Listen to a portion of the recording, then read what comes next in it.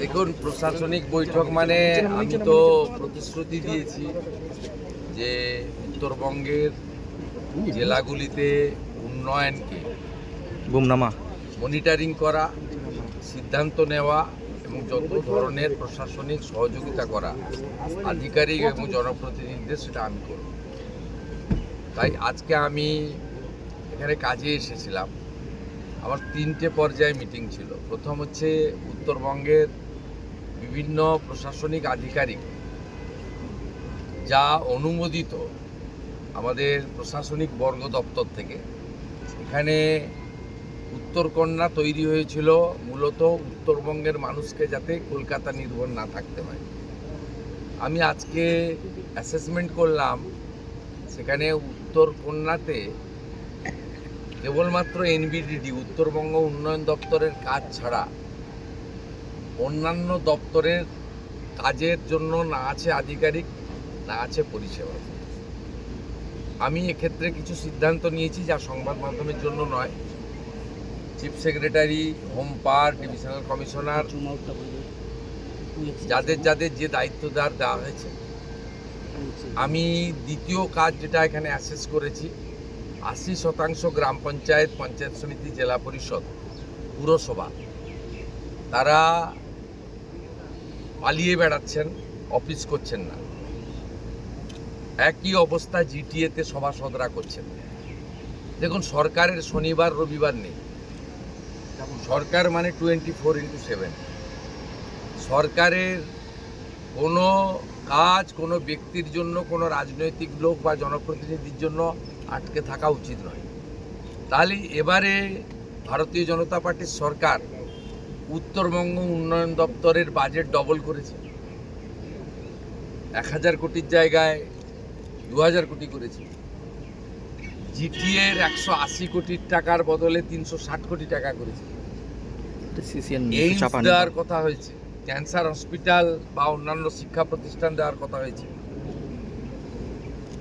নতুন medical college দেওয়ার কথা হয়েছে কালিম্পং, আলিপুরদুয়ার এবং বালুরঘাটে। হাসিমারা আর্মি এয়ারপোর্টকে কমার্শিয়াল এয়ারপোর্টের জন্য অ্যাডিশনাল জমি দেওয়ার কথা বলা হয়েছে। বালুরঘাট মালদা এয়ারপোর্ট চালু করার কথা এবং কোচবিহারকে আপগ্রেড করার কথা বলা হয়েছে। মালদাতে, দক্ষিণ দিনাজপুরে, কোচবিহারে ইরিগেশনের স্কিম নেওয়ার কথা বলা হয়েছে। ট্যুরিস্ট, ফরেস্ট এবং হর্টিকালচার, ফুড প্রসেসিং এক্ষেত্রে বিশেষ জোর দেওয়ার কথা বলা হয়েছে। সেই বিষয়গুলোতে যেভাবে পঞ্চায়েত, জেলা পরিষদ, জিটিএ, কর্পোরেশন, পুরসভা তারা অচল হয়ে আছে, সেক্ষেত্রে আমরা নির্দেশ দিয়েছি পলাতক পঞ্চায়েত প্রধান, জেলা পরিষদ এদেরকে শোকজ করতে।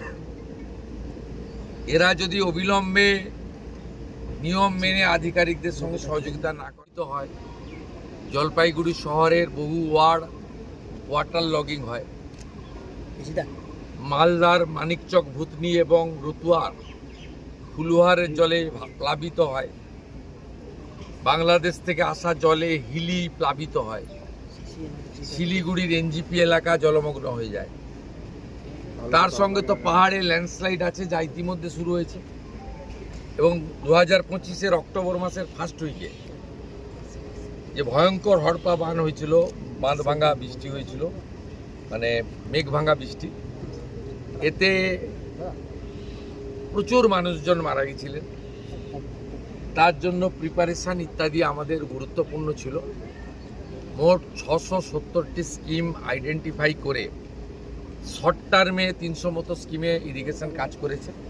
আর যেগুলো বর্ষার সময় কাজ করা সম্ভব নয়, লং টার্মে, সেটা উইন্টারে আমরা কাজ করব, নভেম্বর থেকে। দ্বিতীয়ত, সিভিল ডিজাস্টার ম্যানেজমেন্টের জন্য আমরা বলেছি প্রত্যেকটা জায়গায় ইউনিট তৈরি করতে।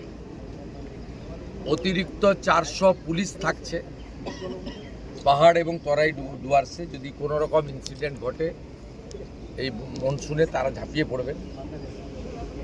অন্যান্য ইকুইপমেন্ট সরবরাহের কাজ ডিজাস্টার ম্যানেজমেন্ট কর্তৃপক্ষ করবেন। দার্জিলিং, কালিম্পং, জলপাইগুড়ি এবং আলিপুরদুয়ারে সিভিল ডিফেন্সের ট্রেনিং নেওয়া ছেলে যারা বসে আছে, তাদেরকে 15ই জুন থেকে 15ই অক্টোবর মাসে 20 থেকে 25 দিনের কাজ দেবে সিভিল, আমাদের ডিজাস্টার ম্যানেজমেন্ট, সিভিল ডিফেন্স এবং বিশেষ প্রশিক্ষিত বাহিনী এক্স সার্ভিসম্যানদের নিয়ে তৈরি করা হচ্ছে 50 জনের, যারা পাহাড়ে থাকবে। এনডিআরএফ, এসডিআরএফ, পুলিশ এবং অন্যান্য যারা এই ধরনের ডিজাস্টারে হেল্প করে তাদের সাহায্য করার জন্য আমি আপনাদের মাধ্যমে পৌরসভা, কর্পোরেশন, পঞ্চায়েত, জিটিএ চুরি চামারি যারা করেছেন থানায় গিয়ে আত্মসমর্পণ করুন।